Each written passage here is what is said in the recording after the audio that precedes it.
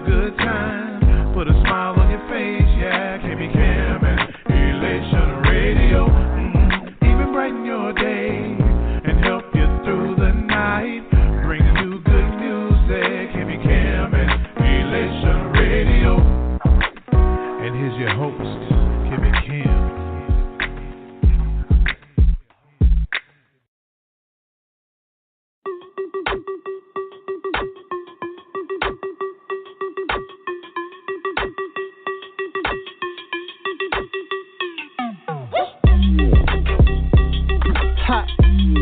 Yes, it's man of faith. Insomniac. We about to bring it back. Cause I'ma bring it back. Okay. Yeah. Taking it back to the days of the feel good. Yeah. Real hip hop was the soundtrack to my childhood. Okay. Growing up without a care in the world until the only thing I cared about the state of the world. You others ain't on my level. I choose purpose over fame. I don't play with no devil. That's right. Nothing to it though, 'cause truly I was born a rebel. Destroying everything in sight. This Tasmanian devil. So you can get mad if you want to. But block my shine. That's what you won't do. The sound here, man, there ain't nothing hotter. I refuse to let it die this time, so I feel I gotta bring it back, bring it back, bring it back, bring it back, bring it back, bring it back, bring it back, bring it back, bring it back, bring it back, bring it back, bring it back. Slide to the right, move to the left. Give me space, watch me do my step. Hands up, put them up in the sky. I'ma show you how to do it, go and raise them high. Watch me do my dance. Just watch me do my dance. I see you looking, got them all in the trance. All eyes on me, they say they love my stance. I'm still moving, still grooving, still got flow. Y'all thought I fell off, still hot though. I've been winning, put my faith in Christ. And he never let me down since he paid that price. Got love for my friends and my enemies. Spread around like butter, that's a remedy. Got enough for the hood and back. Plugged into the source so I never lack. That's right. So you can get mad if you want to. Don't block my shine, that's what you won't do. The sound here, man, there ain't nothing hotter. I refuse to let it die this time, so I feel I gotta bring it back, bring it back, bring it back, bring it back, bring it back, bring it back, bring it back, bring it back, bring it back, bring it back, bring it back, bring it back. Slide to the right, move to the left.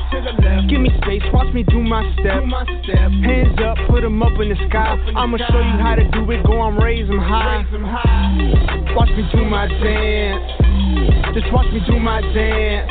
I see you looking, got them all in the trance. All eyes on me, they say they love my stance. Come on, okay, yeah. I'ma need everybody to report to the dance floor. Everybody to the dance floor right now. Y'all got 5 more seconds. 5 more seconds. Let's go.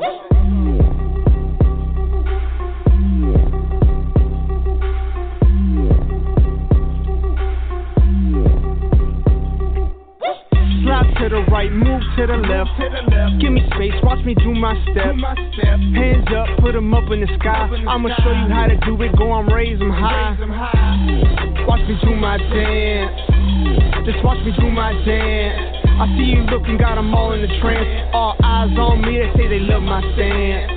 Bring it back, bring it back, bring it back. Bring it back, bring it back, bring it back.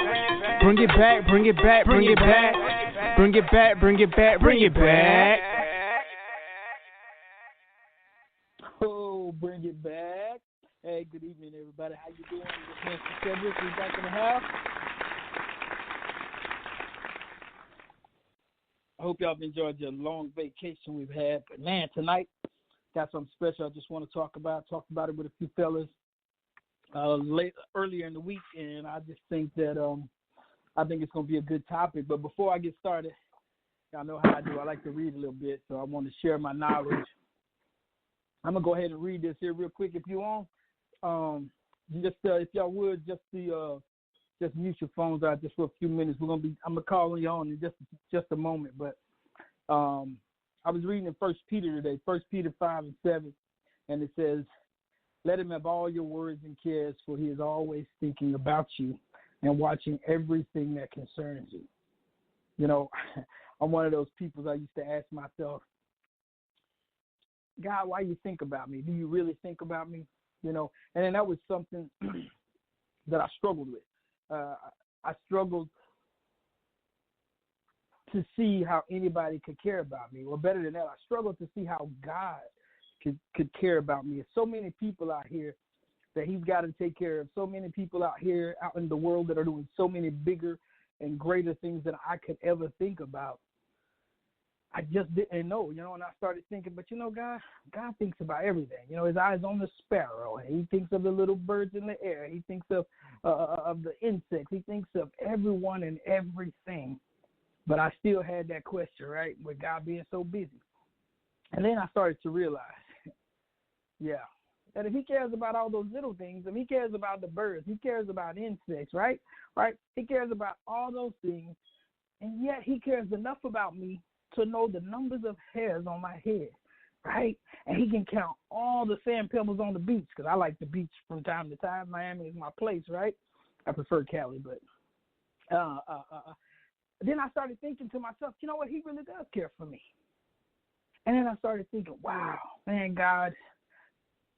I think about how my grandparents and my mom and my dad, well, my mom, not my dad, they used to sing those old hymns. Y'all know them old, those hymns, but even the old, because my mom was from South Texas, the old Negro spirituals they used to sing, right?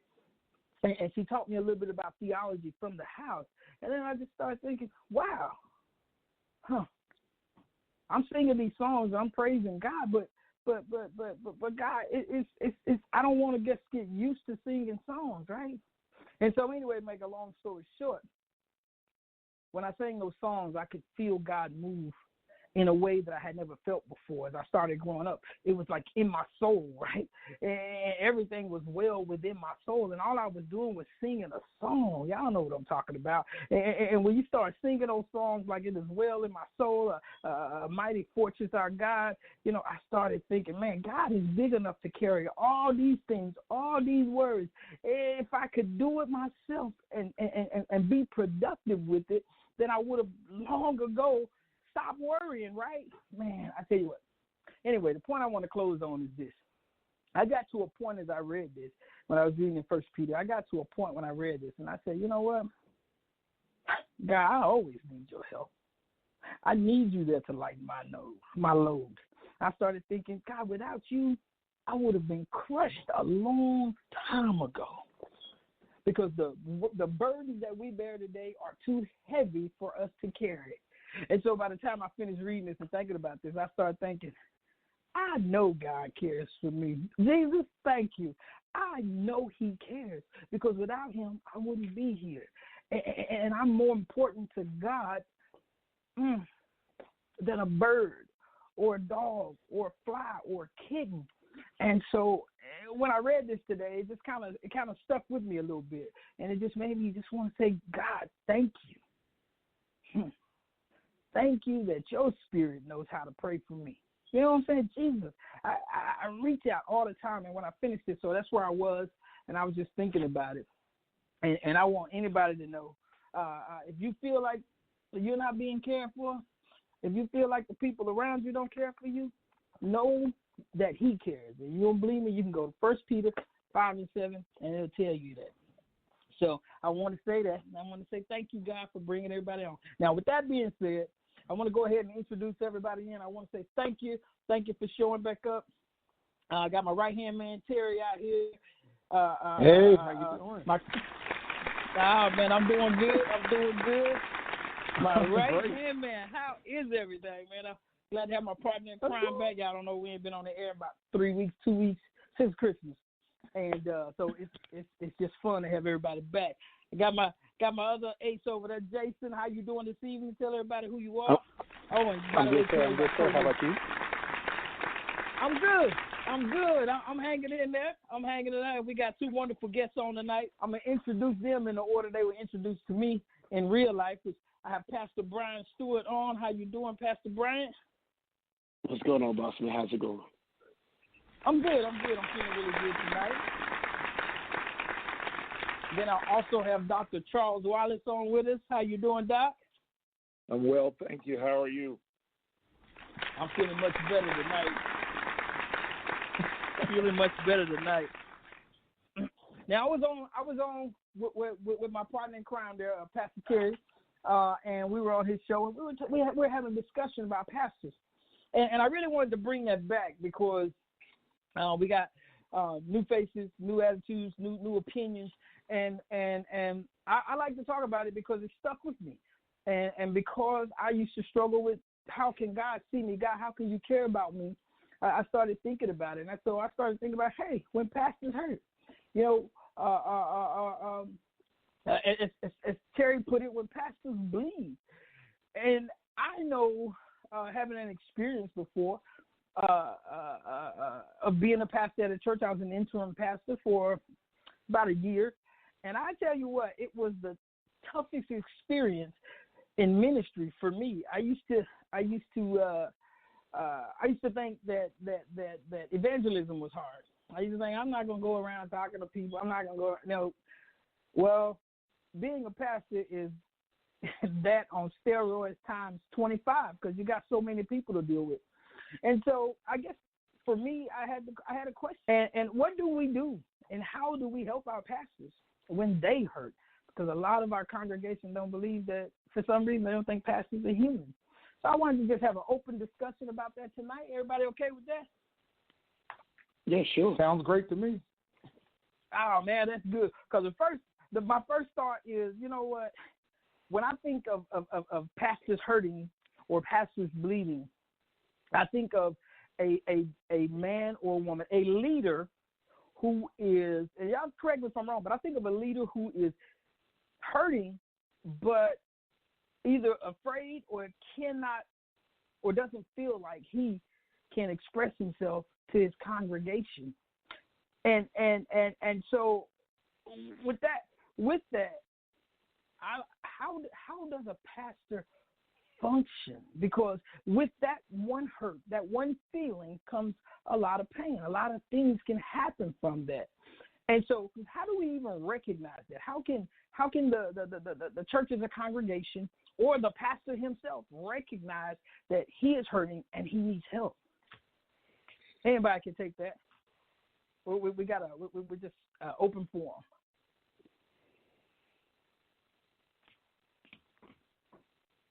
I think it starts with I think it starts with what we always talk about, being transparent, right? Uh-huh. And I think it goes both ways. It's the person being transparent to the hurt, but more importantly, it's people being able to receive when people are hurt. You know, regardless of titles, regardless of education, regardless of what they're going through, but just try to relate with them as a human being. Man, I'm hurting. I'm in pain. You know, it doesn't matter what the title I have. It doesn't matter how much money I make. It doesn't matter my position. I'm a human being hurting.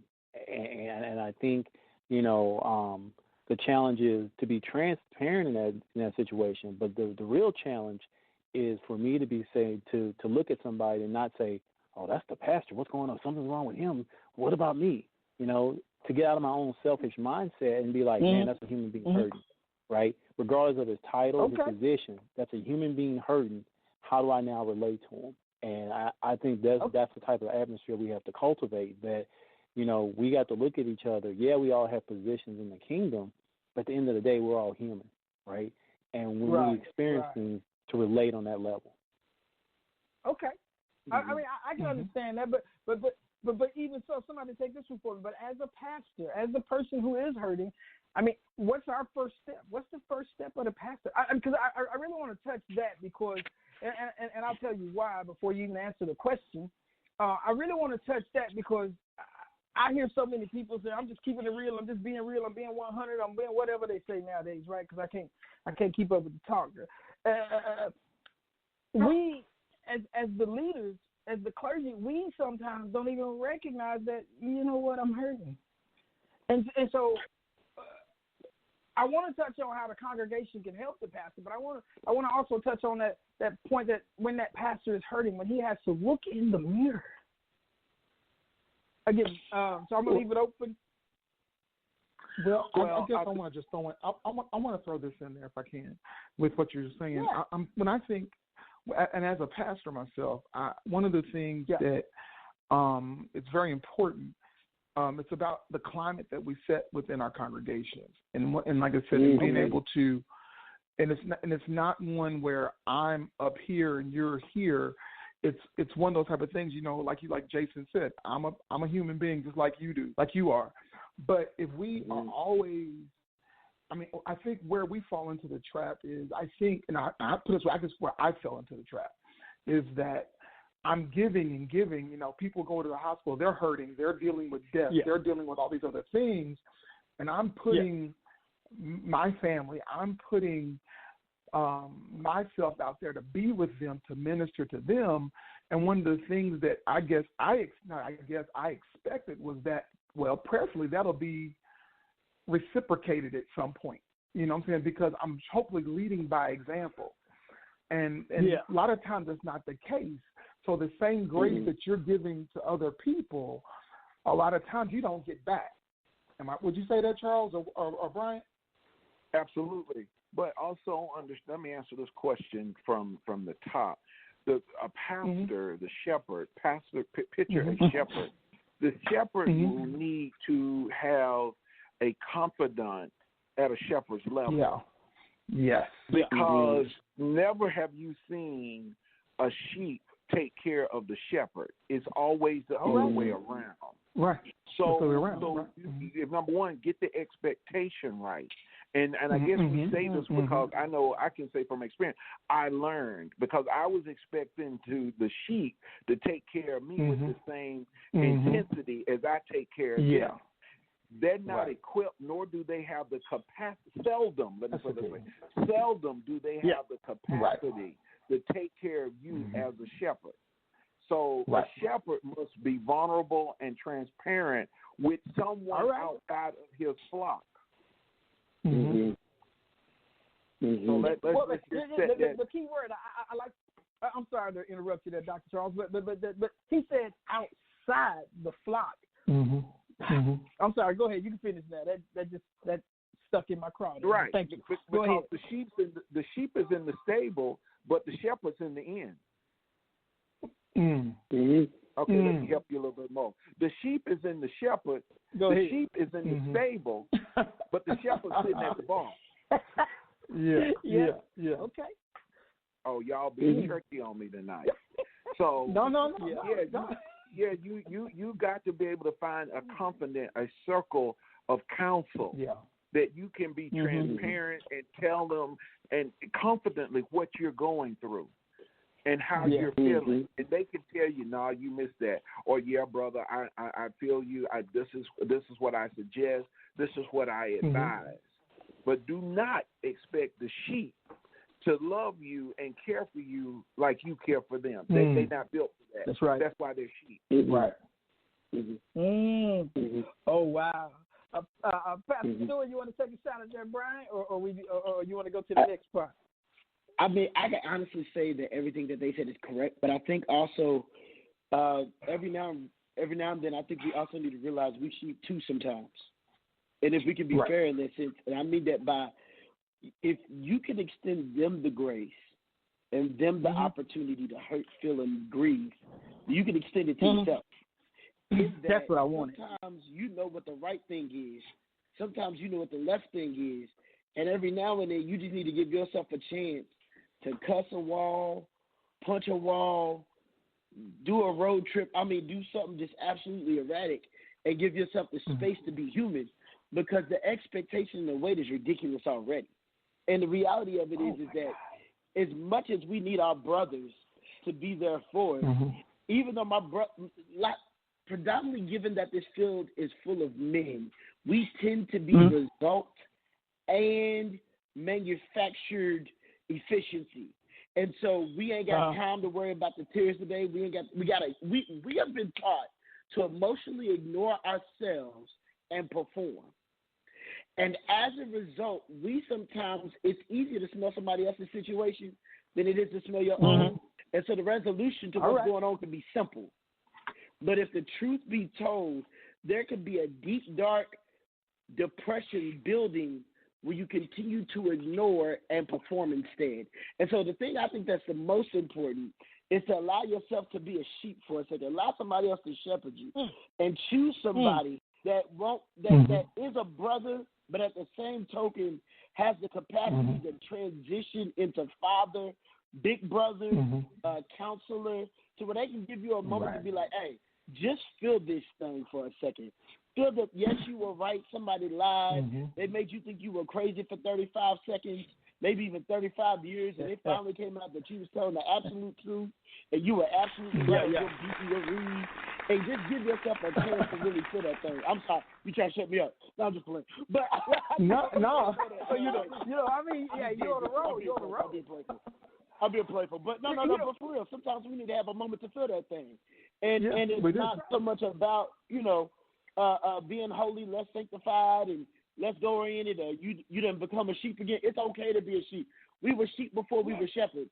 And we should not abandon that opportunity to regain our sheepdom, if you will. And I think we really need to tap into that as a community and let people have that jump. Yeah, and you know the funny thing, that Brian, the funny thing about what you're saying is because I believe it's the total truth. Because, as a pastor myself, I was brand new, and in my head I was only 5 years old. But I will tell you this. I had to explain to one of my church members how, and it was a female, how she was not only hurting the church, but she was hurting me as a person at the way she was coming at me. And here's the funny thing. I had to actually, I believe you teach people how to treat you, right? So in teaching her how to treat me, I had to actually have her do the exact same thing that I had to do as a pastor. I had to look in the mirror, and I had to really take true account of myself. And I will tell you, our congregation, a lot of them don't realize how they hurt us. And we sometimes we feel the sting of it, but we don't take that time to basically share with them. And correction is a delicate tool that we have to use. And I was running into that, and basically what happened was, in the way she tried to hurt me, well, it actually hurt my feelings, was I was constantly under that microscope. I was constantly under that. And so what's it like as pastors to constantly be under that microscope, and you know that you have, it could be one of the church, it could be one of just the members, it could be the choir director, it could be one of your associate ministers, it could be anybody. How do we live with constantly being under that microscope? Let's start with Pastor Brian. You had the last part of the last question. And then we'll go to Dr. Charles, since he's the guest as well, or Dr. Wallace, I'm sorry. And then we'll run to you, Pastor Terry. And J-Dub, you last. Cool. Oh, so you swing it to me first? Yeah, you go ahead. You lead out for us. Oh, okay. Well, we got 30 I think seconds. it's this way, man. I apologize. I'm all right, touche. I think it's this way, man, that literally you have to have not only moments to get out from underneath the microscope, but sometimes you just got to flat out ignore that thing. And I know that sounds impossible. I know it sounds super difficult. But there's a side of us that genuinely has to just ignore that microscope. Every now and then, get to a place, find some people, find a thing, a niche, a thing that you do, and get out from under it. But every now and then, I also think we should allow the commonality of I'm just a human. I'm just a person. Yeah. I have to say sorry. And it isn't all the time that I say sorry out of a position of leadership, but I say sorry because I was wrong. And there's other times I'm not saying sorry because I was perfectly right. Yeah. And I'm not going to be politically correct. And I think that space needs to be reserved on both sides. That's awesome. So what you're saying is sometimes you get out from under that whole thing, and then your thinking and the way you deal with the members is you get out from under the microscope. What does that mean? Does that mean you just take that vacation like you were talking about, take a couple of days, so that one off day a week don't help you? No. All right, Dr. Wallace, you want to take a step? Hey, tell us how you deal with that. Can I jump in there on this? Because this is real. Well, because honestly, Wallace, man, come on, man. You know you got to have a line. We're on the phone. Now, if Dr. Wallace don't want to say, man, you jump right in. The chair give 5 minutes over to Brother John. The chair. Yeah, see, there you go. I yield my time. Thank you, Dr. Wallace. Thank you, Dr. Wallace. You can reclaim it in a minute, okay? But I totally agree. And this is something I'm learning even now. Being able to get away, get with people that you can just let your hair down with, and they ain't gonna try to judge you. They ain't gonna try to put you in a little box. And honestly, and realize that it's okay. And I can say this because Dr. Wallace allowed me to do that when I very first met him. I went over to his house, and he made me his summer ale. Okay. You remember that, Dr. Wallace? Yes, I do. Remember that, Dr. Wallace? You made that summer ale. And honestly, and the funny thing about it, that was one of the very first times that I'd ever been around another pastor who had a drink. Okay? And so I really appreciate it. Ooh, it got quiet on the phone here. Yeah. Didn't it though? And I really appreciated that because that allowed me, something. I'm not sitting up here getting toe up from the flow up, and I'm actually enjoying myself having a drink and enjoying the company and getting to know Dr. Wallace and his wonderful wife. And I had a great time. And that, honestly, that allowed me to breathe. Because I think for me, sometimes I just don't feel like I'm able to breathe because it's just, I put the expectations on myself and then I allow other people to put expectations on me. And so now I feel like I'm able to breathe. Just because of that. I have people in my life like Dr. Wallace, like you, Sedric, like Bryant, that I can literally just be myself and not be held in judgment. Yeah. So, Dr. Wallace, I yield back to you, sir. Okay, now what's the question again? The question is, what's it like to live under a microscope? And basically I'm asking what do you do to combat that feeling of living under a microscope? Let's put it that way.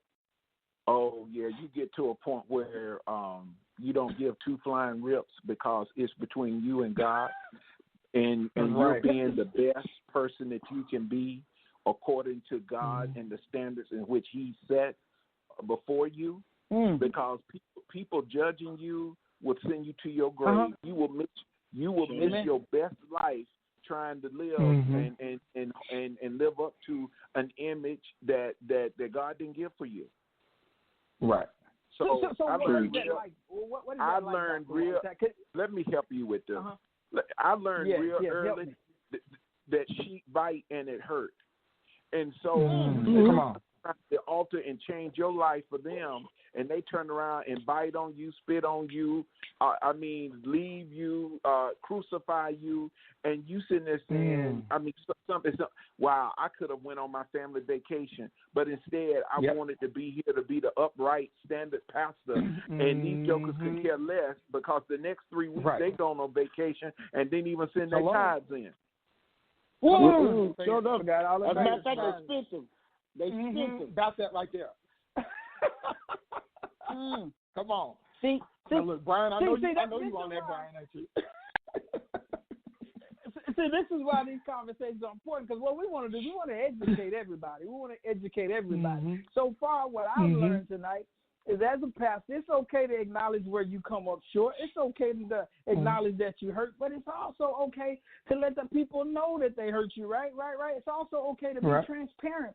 So you got to have somebody else on your side, on your team, right? Also, I'm learning that, when people got that microscope on me, I got to go, because this salvation thing, I got to work it out with God, right? So I got to get away from these people sometimes. But Dr. Watts, you said something about families. And how does it, as pastors, when we don't deal with the stresses or deal with our hurt, how does that affect your family?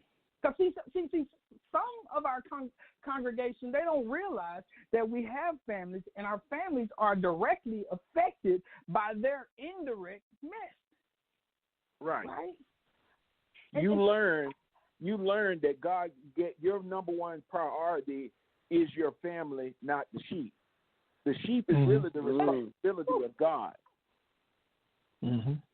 But it takes you walking through that, neglecting your family, and then you find yourself, the family understands that I'm doing this for God, and they sitting looking at God all side-eye and looking at you with two cross eyes. Oh, it doesn't hurt when it come back later. Well, it does, but our kids. Go ahead. You learn, and you ask for forgiveness, and then you do better. That's right. See, we're just trying to help somebody. We're just trying to help people. We're trying to help everybody because see, most people can't even see this far. We are. It's like I'm in the military, man. I got on the phone. Okay, it's like being in the military. People think that being in the military, you're like a machine. You're like a robot. You wake up every day, you put this uniform on, and 24/7 you are a soldier, no matter what it is that you do, or Marine, or Airman, or Seaman, whichever one y'all want to choose, or Coast Guard. I go on and on. But I'm just saying, and they don't realize that there is a time where the job has to be done, and then there is a time where you have to live your life. And I want people to understand that as pastors, it's tough on you guys. It's tough. It's hard out here. You are the front line of defense. Am I right or am I wrong? Because I know personally, when something happens, they call us. They quick to call a pastor. They don't care what time of day or night it is. Am I right or wrong? Quick to call you. If they short on their rent, quick to call you. At the church, I talked to sister so-and-so and brother so-and-so and the elder board, and the church turned me down. But pastor, I need this. I can't. I'm going to get kicked out to go to a pastor for every little thing. But see, I want everybody to know, see, my underlying message in this is just like when I came from this earlier, is that God cares for us. God cares.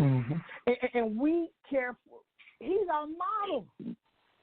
So I'm going to get off my horse here for a second, but I tell you, one of the things I really dislike, and the reason why I'm glad you brought up family earlier, is that I've watched my pastor struggle with when his daughter was in high school, going to track meets, when his daughter was in college, up and down the highways.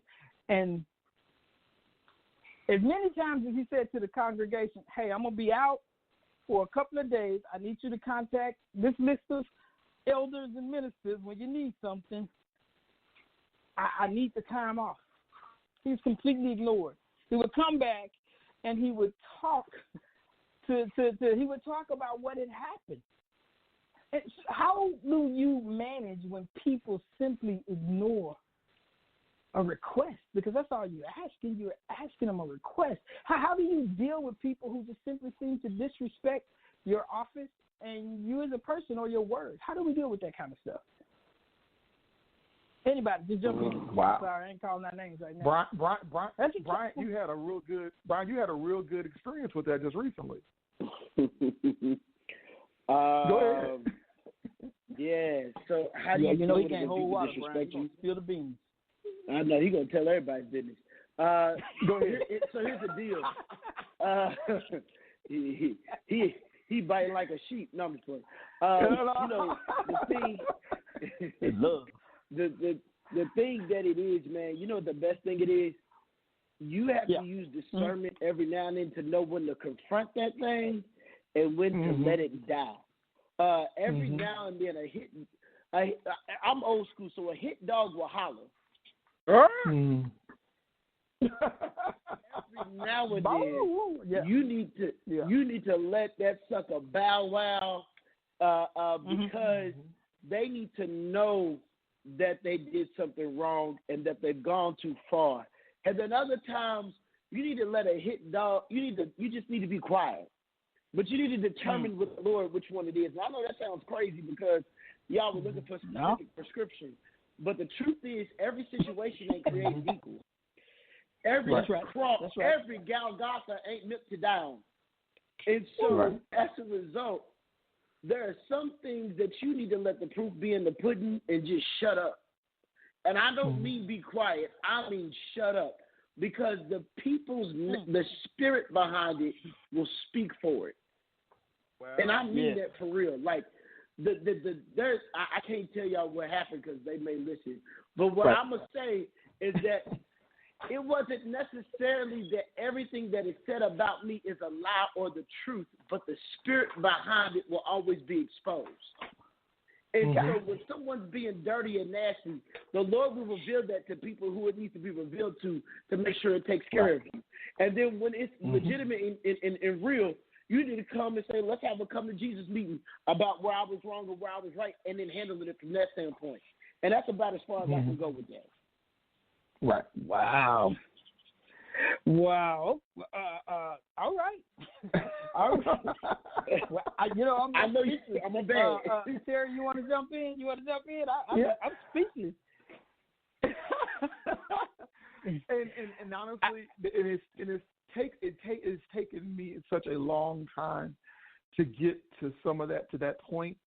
Because, I would be going up. I was that one that was going up and down the road that you were talking about. And literally, I mean, I would tell the congregation, I'm getting ready to go out of town. I'm going to be out of pocket. Here's my associates. Touch base with them if there's a problem. And I couldn't get out of town good for 30 minutes. And next thing I know, I'm getting a call, Pastor, can you pray? Yeah. And and rather than just at that point, rather than saying, look, can you please call so and so and so and so, or not even answering the phone, period, I went ahead and picked up the phone, and it was like, God. And then all the way up the road, I'm sitting there like, why in the world did I do? I just spent 20 or 30 minutes on the phone listening to this, and I'm trying to get away from this. And it finally got to the point to where, like, something, I can't do this no more. Like that. Yeah. I can't do this no more. Yeah, because it's funny as pastors when we do things like that. Think about this. When we do things like that, what do? We teach our associates, all of our chain of command. We teach everybody. Dog, I gotta get out of the military. Everybody that we're training, we teach them to do the same thing. We will say one thing, but we will do another. How detrimental is that to our ministry? I mean, or do any of you think it's even detrimental to the ministry? Is it just an okay thing to do? No, it's detrimental because it's not healthy. It's not healthy because you're not teaching people. What you're doing is you're teaching people that it's okay for other people to violate your boundaries, and that's not cool. And that's not a good thing. And what you're doing is you're passing that on because and when I think about how that was passed on to me, the person, my pastor, he still struggles with that to this day.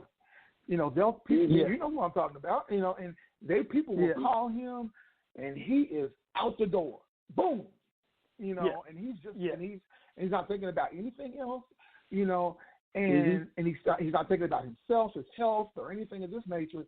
He wants to be that guy, and I see that, and I saw that, and I see that even more now how that got passed to me. And the thing about it is, I don't want that to be passed on to anybody that's serving at Kingdom Christian Church as an associate or whatnot, because that's not healthy. Because you talk about anxiety, you talk about depression. Yes, sir. Talk about a whole bunch of stuff. But can we take it another further? If you really think about it is unhealthy for your people who are your associates who feel that they're called to full-time ministry not to have a chance to bear that cross for two reasons. One, as an associate, to understand what you really do as a senior, but more importantly, to know whether the Lord has called them to it or not, and for them to have a chance to dance in that thing for a second. Like, it really is unhealthy to continue to bear the weight on your vacation because you are, for lack of better terms, seducing somebody into a ministry that they prophetically and situationally ain't ready for. That's it. Oh, my God. See, but I have this thing.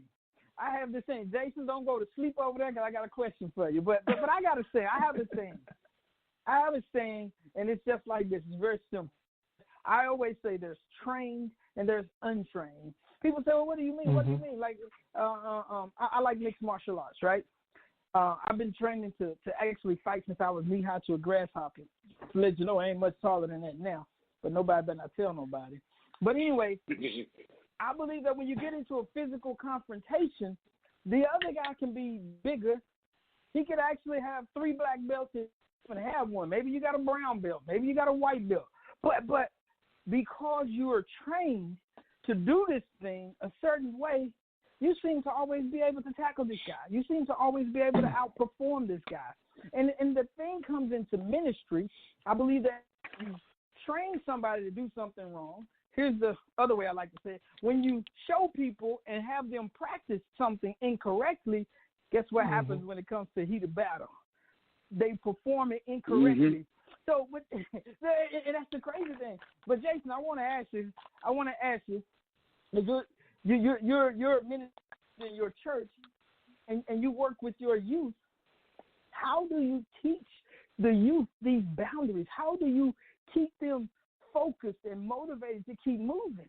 How do you do that? It's hard to hold a kid's attention, whether they be a teenager or a toddler.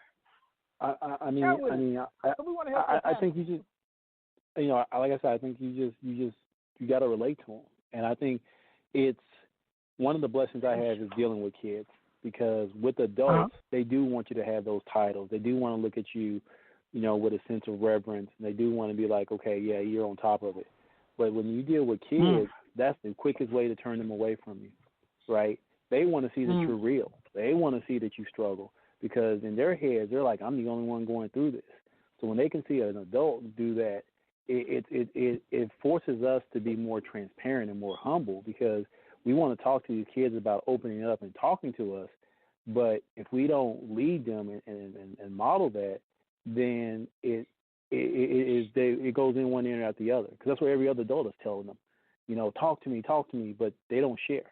So some of the biggest breakthroughs I've had is when I'm open up and the kids look at me, it's like, Brother Jason, you did that? I'm like, yeah. It's like, and it's an initial shock, but then at the end they're like, wow, I see that you're real. So it kind of goes full circle. It's about that transparency, and I think like it was said, I think we kind of got to teach people how to respond and how to act, and set those expectations, and then live those expectations out. So I would just say just opening up and being transparent and letting people see, like, yeah, he is human. Yeah, see, that's what I'm talking about. Oh, go ahead, whoever it was, go ahead. No, I was agreeing. Go ahead. Oh, you just agreeing? Okay, I was talking, so I didn't get you. But see, I like the way you put that, Jason. And again, I want to put this people to understand this, is that when we're communicating with one another, right? When we communicate, it don't matter how old you are. It's a two-way street. I used to have people and talk to me and say, well, talk to my pastor, but it seems he don't hear me, like he can't, like he don't understand me, like I'm speaking a different language. Here's the crazy part. I wasn't a bit more paying attention to that problem than the man in the moon. Why? Because for me, that was a transactional conversation. My duty was to make them understand, yes, I do hear you, I empathize with you, I am your 10-minute friend. But if for an hour, they would have hated me. They would have hated me. And I had to go to my pastor so that I could be retrained on how to listen to people. How many of us listen to the wrong things? How many of us, if somebody says something negative to us, it sticks with us forever? It takes us 10 months to get rid of that. And I just want to say that as a pastor, how do you even combat all these things? Because I know for a fact that this, again, I was only a pastor for about a year, but it was so much coming at me. And most of the time, the people who treated me the nicest, best, man, it was kicking my tail. I would find out later. I had a church meeting one time, and I found out that the one who was my closest confidant was the one who was, going around talking to everybody in the congregation. And throwing questions out there. Like, here's one of the questions. I'm gonna be transparent. One of the thoughts that she threw out there was, were we paying him to do a service? Is he really giving us what we paying him to do?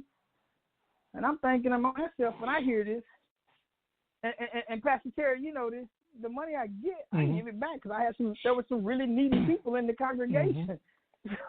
So I don't even take the money, and I got to drive an hour and a half one way just to deliver a message, just to teach Thursday night, things like that. So how do we deal with that? And one of the things, and this is the thing that got to me, one of my members talked about the way that I preached because check this out, because they were a young church, and I talked about their doctrine, and we got our ways of examining things.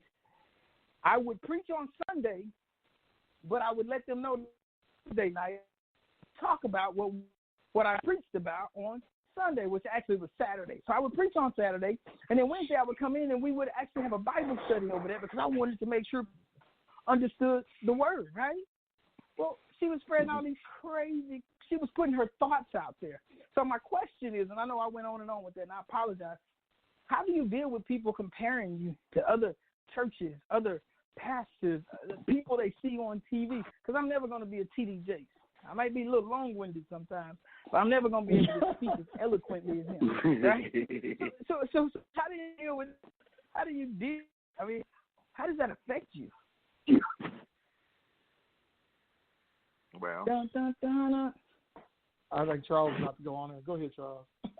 Go ahead, No, you go right ahead. The floor is open. You can't be everything to everybody. Right? And that's why it is so important that you find who you are. Because if not, your congregation will make you who they think you are and who they want you to be. And you may not have the capacity to do that. They might be looking for a Jake, but they end up getting a Bishop Garland. They may be looking for a Jake, and they get a Paula White. I mean, you know. That's where I was going. That's where I was going. I promise. So yes, you got to when you find your best self and who you are and who you are called to be, then everything else will fall in line. Because you will eventually get to the point that you will become really good in the gift of goodbye. Because you serve everybody, and everybody can't ride with you. Right. So and those who started with you when you first started out will not be there at the end. Usually not. That will not happen. Wow. It's funny you said you gotta tell them goodbye, because eventually, of course, y'all know that's where the road I was on. But and was the hardest thing I had to do in that congregation. Saying goodbye. Everybody I asked for advice told me to seek God, seek God, seek God, and I was just thinking, Lord, this is hurting. I don't understand it. But I think you told me to be here, so I stayed. And it wasn't that life got better for a time. Able to what I believe was to share God's message, right? When the day came and I had to say goodbye, just like Donald Trump. Oh, did I just mention it? I'm sorry. Just like our outgoing man occupying the White House, she had to kick me one last time. She had to kick at me one last time. And here's the beauty in it. There was such a peace about that, I couldn't understand it. It was a peace. That going through all the stuff that I had gone through that prior year, there was a peace about saying sayonara. I won't be bothered. Hey, and I'm there. Let's see. Oh, I'm sorry. It's a song that I today. Yes, Terry, it's B-side. So for me, it was very difficult, but I was able to deal with that hurt and grow from it. And go ahead. Go ahead. No, that's true, and that's the ultimate is growth. When you have accepted the call of the Lord on your life, and for most of us, when we get the call, we think we have to be in the pulpit and we got to be able to lead a church and have pulpit ministry, and so. But there's pruning that starts when you say yes, and if it all came, any pastor that has come very easy to, I look at them with my good eye. Mm-hmm. Because Good eye. that means you have that test of the Lord. And honestly, where we are today, God needs some winners. He needs some ride and die folks that's been through the fire, that can take off the custom and shoes and park the Mercedes, get down and dirty. Because see, the world you're gonna need to get dirty. You're gonna have to come out the mountain, Moses, and come back amongst the people, because the people are jacked up right now. And the church is not ready, not prepared to be able to deal with it. Yeah. And if the church goes as the pastor goes. Yes, they do. This is not a time for sugarcoating. This is not a time for a soft word and everything is gonna be all right. It's gonna be all right, but for right now, you're gonna have to suffer for a while. You're gonna have to go through the So yes, and that's so important. That is so important for us to understand, because trouble don't last always. And as pastors, I know there are gonna be some dark days. There are going to be some times when you feel like you're saying, you know what, forget it. There are going to be some times when you call up your confidants and say, you know what, I'm done. I quit. And all you really want to know, this is something that I've learned, all they really want to know, I'm telling this to everybody, all they really want to know is that you care. And that you care for them. You know what I'm saying? You pastors you want to know that your people that you got in your circle care for you. And I always shout it out to my pastor, I love you. Because I am the worst in the world. Because I will tell you, I'm tough, I'm hard. But it's not because I don't love. It's because I care for my pastor that much. And even if I don't agree with my pastor, I got to come back. Like I'm wrong. I got to let them know after we have our sometimes. Got to come back and let them know. I love you, man. I'm not trying to be disrespectful. Help me. And through every experience, my pastor has taught me something. So I want to say to pastors, hang in there. It's gonna be all right. We all suffer. We all hurt. Y'all Superman, and any pastor, I say you're a Superman. I know we're coming up to the end of the show. We got about 8 more minutes, but I want to give everybody a chance to talk. Tell us something about yourself, Dr. Charles. The listeners hear anything about you. I didn't do a good job of introducing you, but tell us a little bit about yourself. Well, the man, the human being. I want people to know we are human. I'm honored. I grew up in South Carolina and, college, went to college there at the Citadel. I was a student athlete and have always had an entrepreneurial spirit, and I started my first company at 22, and I bought my first hotel, bought a hotel at 29, and went through all of that, and accepted the calling and started a church many years later after still working in the marketplace. And, now I'm not necessarily in a pulpit, but like I was telling someone the other day, my life is our lives are our ministry. And though I don't have a pulpit ministry, I still pastor people. And that really takes something to get used to, because if I was worried about what I post on Facebook or what I said in a Twitter, then I reach more people being my true self than I have trying to be the image of a pastor that most people have. Wow. Amen. But I got a question for you. I've been married 7 years, and I have 3 children. Three young men, 3 sons, not children. Bless God. Amen. Amen. My question for you is, I ain't trying to be funny. You got hotels. You sure that you ain't Junior King that was made after your life or nothing? Say what now? I'm sorry. Repeat. Jamie Foxx. Jamie Foxx. Remember the show with Jamie Foxx? His uncle, Junior King? Yeah. They didn't model that after you, did they? I'm just saying. I mean, I don't know. I was just putting it out there. It was a question I had. But no, it's good. It's good to have you on tonight. Good to meet you. I know we've already met before on video, but really, really good to have your opinion out, because I personally truly respect what you had to say. And so thank you. You're part of the family now. And we hopefully and prayerfully we'll have you on again. Now my brother Brian, tell us a little bit about yourself, man. It's your first time on. Let people know who you are. Hey everybody, my name is Brian Stewart. I am from Louisville, Kentucky. I went to the great HBCU of Oakwood University. At the time I started, it was Oakwood College, and I pastor now the College Hill Seventh-day Adventist Church in Knoxville, Tennessee, down the street from Knoxville College, another historical HBCU. So you're all about the only word I got. Yeah, we HBCU down, man. Every day, we want all the greatest athletes to go to HBCUs, give them the recognition and the time they need, and we can eventually update programs and support and make a difference in these young people's lives rather than go to these big institutions and getting treated like trash. Amen. See, leading by example. See, that's the good stuff. That's the really good stuff. You know, I just want to say again, like what I see and what I've experienced. I know the duty of a pastor is massive, and you can never truly be ready to do the job. When God calls you, you accept the call, you move. And so I personally want to say thank you to the 4 men on the phone, because you guys are doing ministry work, and that's tough.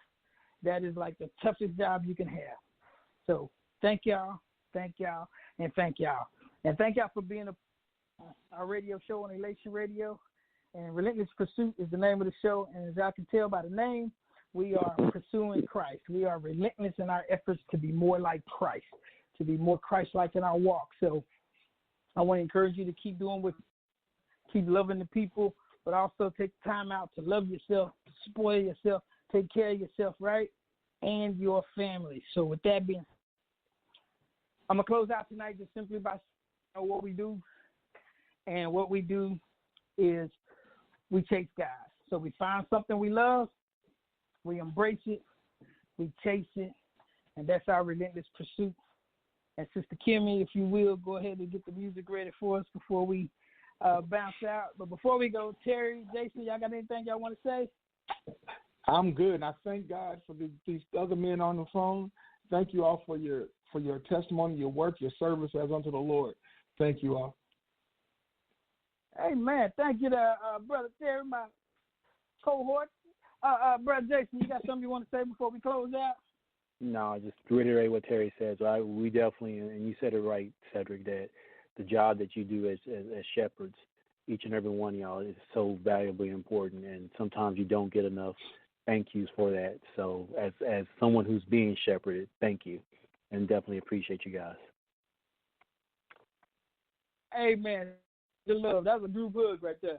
I thank y'all so much. Sister Kimmy, you want to go ahead and cue the music? And guys, have a great weekend, and hopefully we'll see you again or talk to you again sometime next week. God bless you. We love you. Thank you. Bless you guys. Everybody have a wonderful, wonderful, wonderful evening, and God bless you, and bless this 2021, because he's out of there, and we out of here. All right. Thank y'all. Y'all have a good night now. Thank you. All right. Sure. Bye-bye. Thank you.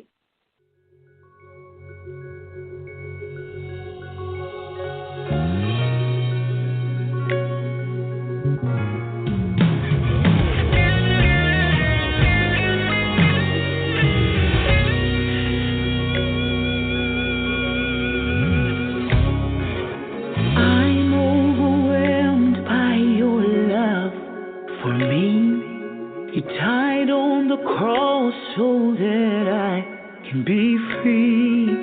I'm not the same because of your grace. You are amazing. You are amazing.